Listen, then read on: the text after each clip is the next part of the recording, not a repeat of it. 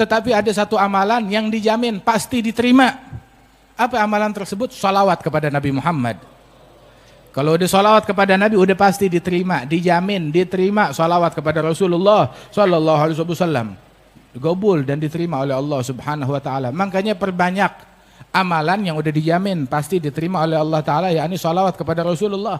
Apalagi di zaman sekarang ini, masyi anfa' li ahli zaman min kathratil istighfar wa kathratis shalah ala nabiyil mukhtar. Nggak ada yang lebih manfaat untuk orang-orang zaman sekarang melebihi banyak istighfar dan banyak salawat kepada Nabi besar Muhammad. Assalamualaikum warahmatullahi wabarakatuh. Rekan-rekan semua, jumpa lagi dengan channel Selawat dan Pengajian Kang Ketus. Pada video kali ini admin akan mengupload sebuah pengajian dari Habib Jindan bin Novel tentang keutamaan membaca sholawat. Semoga memberi keberkahan, kemanfaatan. Wassalamualaikum warahmatullahi wabarakatuh. Sholawat tersebut sebelum diperintahkan oleh Allah kepada kita sekalian untuk sholawat kepada Nabi Muhammad, Allah lebih dahulu membuat sebuah pernyataan. Apa pernyataannya? Innallaha wa malaikatahu yusholluna 'alan nabi. Allah nyatakan Allah dan malaikatnya senantiasa bersolawat atas Nabi Muhammad. Belum menyuruh ini, baru Allah menyatakan dahulu, saya bersolawat kepada Nabi, malaikat-malaikatku bersolawat kepada Nabi. Lantas Allah Ta'ala panggil untuk memuliakan orang-orang yang beriman. Ya ayyuhalladzina amanu sallu alaihi wa sallimu taslima. Wahai orang yang beriman, salawatlah kalian kepada Nabi Muhammad wa sallimu taslima. Sehingga salawat tersebut adalah sebuah amalan yang kita diperintahkan mengerjakan oleh Allah Ta'ala, dan Allah juga melakukannya. Maha suci Allah Subhanahu Wa Ta'ala, Ta'ala uluwan kabira. Sesungguhnya dulu pernah ada beberapa ahli bid'ah itu nanya, dan biasanya memang kalau ahli bid'ah ini, mereka ini adalah orang-orang yang bodoh, pertanyaan yang ngawur, apal 1-2 hadis, udah bisa mengkafirkan, mensyirikkan, ngata-ngatain orang, begitu. Kemudian udah begitu juga suka bertanya pertanyaan orang bodoh. Tahu, datang ke Sayyid Muhammad bin Alwi bin Abbas al-Maliki, dia tanya, usil, Allah sekarang lagi ngapain? Oh, dia bilang, Ustadz, katanya ente orang alim. Saya mau tanya, kalau betul kamu alim di tengah majelis, saya mau nanya, Allah lagi ngapain sekarang? Ini pertanyaan kurang ajar apa enggak nih? Ada gak suka terima SMS, lagi ngapain? Kita aja ditanya lagi ngapain sebel. Ini siapa? Kagak ada namanya, tahu-tahu nanya lagi ngapain. Nah bayangin, nanya Allah lagi ngapain sekarang?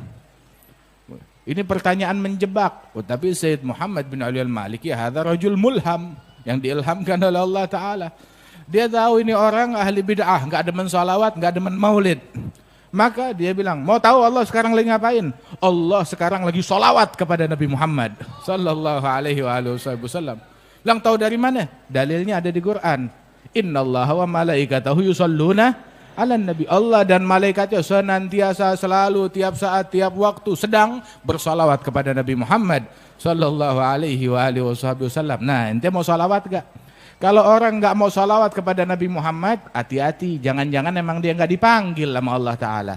Soalnya yang dipanggil untuk sholawat adalah mereka hanya orang-orang yang beriman, yang dipanggil untuk sholawat kepada Nabi Muhammad Sallallahu Alaihi Wasallam. Terus asal tahu aja, kalau kita bersholawat kepada Nabi Muhammad, yang untung bukan Nabi Muhammad. Nabi nggak ngambil keuntungan dari sholawat kita, yang beruntung dengan sholawat kita adalah kita. Adapun Rasulullah, jangan kita sholawat kepada Nabi dan berprasangka, nah Rasulullah untung besar dari sholawatnya kita. Yang dapat keuntungan dari sholawat adalah kita. Adapun Rasulullah nggak perlu, nggak butuh sama sholawatnya kita. Nabi Muhammad udah dapat sholawat dari Allah, udah dapat sholawat dari malaikat. Tahu nggak malaikat jumlahnya ada berapa? Masya Allah, nggak terhitung jumlahnya mereka. Nggak terhitung, jauh lebih banyak daripada jumlah manusia dan jin. Itu malaikat jumlahnya banyak, semuanya sholawat kepada Nabi Muhammad. Kemudian, terus masa iya Rasulullah masih butuh sama sholawatnya kita? Dan asal tahu aja, sholawat dari kita ini berasal dari lisan. Lisan kita penuh kekurangan. Lisan kita kadang suka ngomong yang haram, bukan kadang, sering. Bukan sering, jarang ngomong yang benar lisannya kita. Ya jujur aja kita begitu. Jarang ngomong yang benar. Begitu sekalinya kita mau jadi orang benar, tetap aja keluar kata-kata buruk, ntar keluar kebohongan, ntar keluar ghibah, ntar keluar namimah, ntar keluar cacian dan makian. Na'udzubillah min dzalik, dalam sesaat hancur amalan kita. Kita ketika sholawat keluar dari lidah kita lidah yang kotor. Betul kan? Tetapi sholawat justru insya Allah yang mensucikan lidah kita, mensucikan hati kita, mensucikan amalan kita. Ketika seseorang bersolawat kepada Nabi Muhammad, imbalannya apa? Man shalla alayya salatan wahidatan sallallahu alaihi biha asyara. Yang salawat kepadaku satu kali, Allah akan membalas dengan bersalawat kepada hamba tersebut 10 kali. Kita salawat kepada Nabi sekali. Salawat kita, salawat dari orang yang lalai, yang mulutnya kotor, dibalas dengan salawat dari Allah 10 kali. Allah yang maha suci, yang maha agung, yang maha mulia, yang maha besar subhanahu wa ta'ala. Salawat buat siapa? Buat kita. Begitu. Berapa kali? 10 kali. Sahibul Ratib Al-Imam Abdullah bin Al-Haddad waktu menyebutkan hadis ini, dia bilang asal tahu aja, satu salawat dari Allah untuk hamba itu cukup untuk keperluan hamba tersebut dunia dan akhirat. Satu salawat dari Allah untuk hamba. Bagaimana kalau 10 salawat sebagai imbalan dari satu salawat yang kita berikan kepada Nabi besar Muhammad sallallahu alaihi wasallam. Makanya Nabi suruh kita salawat yang banyak. Bukan Nabi mau ngambil untung, biar kita yang dapat keuntungan dengan salawat kepada Rasulullah sallallahu alaihi wasallam. Sebab dijamin amaluna bainal qabul wa raddiha. Amalan kita antara gobul, diterima atau ditolak. Semua amalan. Allah hanya menerima la yaqbal illa thayyiban, hanya menerima yang bagus. Amalan kita ini antara diterima dan ditolak. Ada yang diterima, ada yang ditolak. Begitu. Kan al-Imam Syekh Umar Mahdhar Ibn al-Imam Abdurrahman As-Saggaf, beliau sampai bilang, "Ini wali besar, tapi walaupun dia wali besar tidak ghurur." Enggak tertipu dengan dengan keilmuan, dengan pengikut, dengan ibadat dia tetap masih takut kepada Allah Subhanahu wa taala. Ini penyakit ghurur ini melanda semua orang. Kemarin kan kita bahas tentang bab ghurur kan beberapa waktu yang lalu. Itu melanda semua orang. Ghurur, tertipu dengan ilmunya, tertipu dengan ibadatnya, tertipu dengan pengikutnya, tertipu dengan followernya, tertipu dengan kepandaiannya dalam bicara, dalam ini itu segala macam, dengan hartanya banyak. Ini beliau ini amalannya banyak, ibadatnya banyak. Di antara amalannya beliau itu dalam satu nafas dia membaca ya latif ya latif ya latif 1000 kali dalam satu nafas.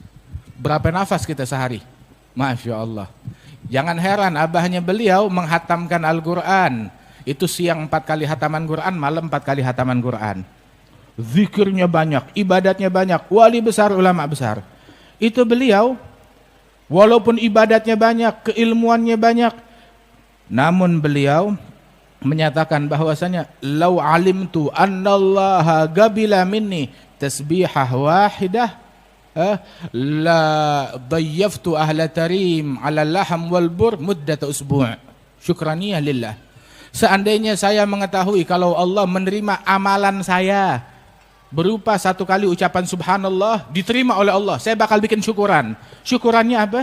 Saya undang penduduk kota Tarim, saya jamu bukan sekali makan. 1 minggu saya jamu mereka. Pagi, sore, siang, malam saya jamu mereka dengan gandum dan daging selama 1 minggu. Sebagai syukuran karena Allah menerima ucapan subhanallah.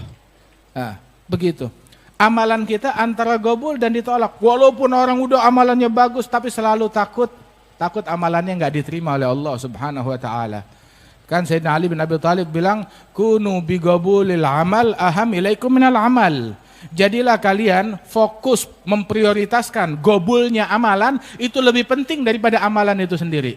Sebab la yagillu ma'al gobulil amal. Amalan kalau dapat gobul diterima oleh Allah enggak dikit. Walaupun secuil tapi diterima oleh Allah banyak. Tetapi amalan yang banyak kalau enggak gabul, kalau enggak diterima buat apaan? Enggak diterima oleh Allah Subhanahu wa taala. Allah Ta'ala berfirman tentang Maryam binti Imran, fataqabbalaha rabbuha bigabulin hasan wa ambataha nabatan hasana wa kaffalaha Zakaria. Ketika Allah Ta'ala menerima gobul, satu niat salihah, Rabbi ini nadartu laka lima fi batni muharraran. Saya nazar yang di kandungan saya mau wakafkan di jalan Allah. Enggak tahu yang lahirnya perempuan, tapi yang ini digobul, diterima oleh Allah Ta'ala, manfaatnya banyak, besar, hingga lahir Nabi Isa dengan segala mukjizatnya dan keistimewaan dan kemuliaannya beliau. Alhasil, amalan kita nih antara gobul dan ditolak, kita nggak tahu. Tetapi ada satu amalan yang dijamin pasti diterima.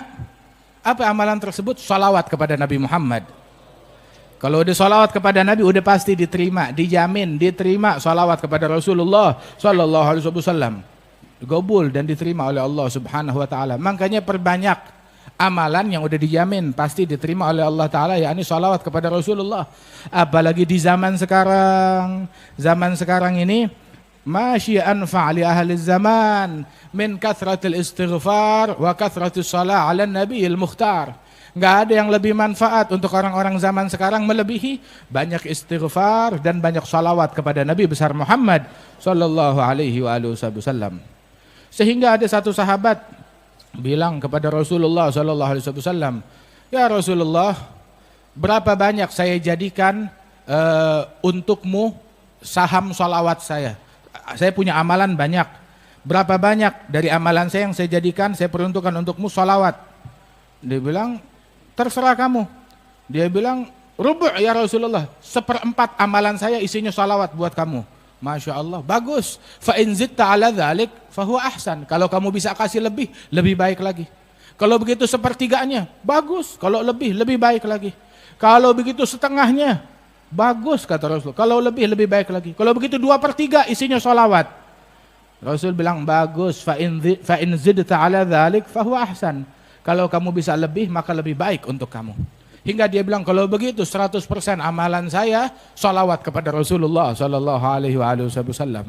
Jadi dia ada waktu tertentu tuh, begitu, wiridnya semuanya sholawat kepada Rasulullah. Nabi bilang, kalau begitu, idzan tukfa hammuk yughfar dzambuk.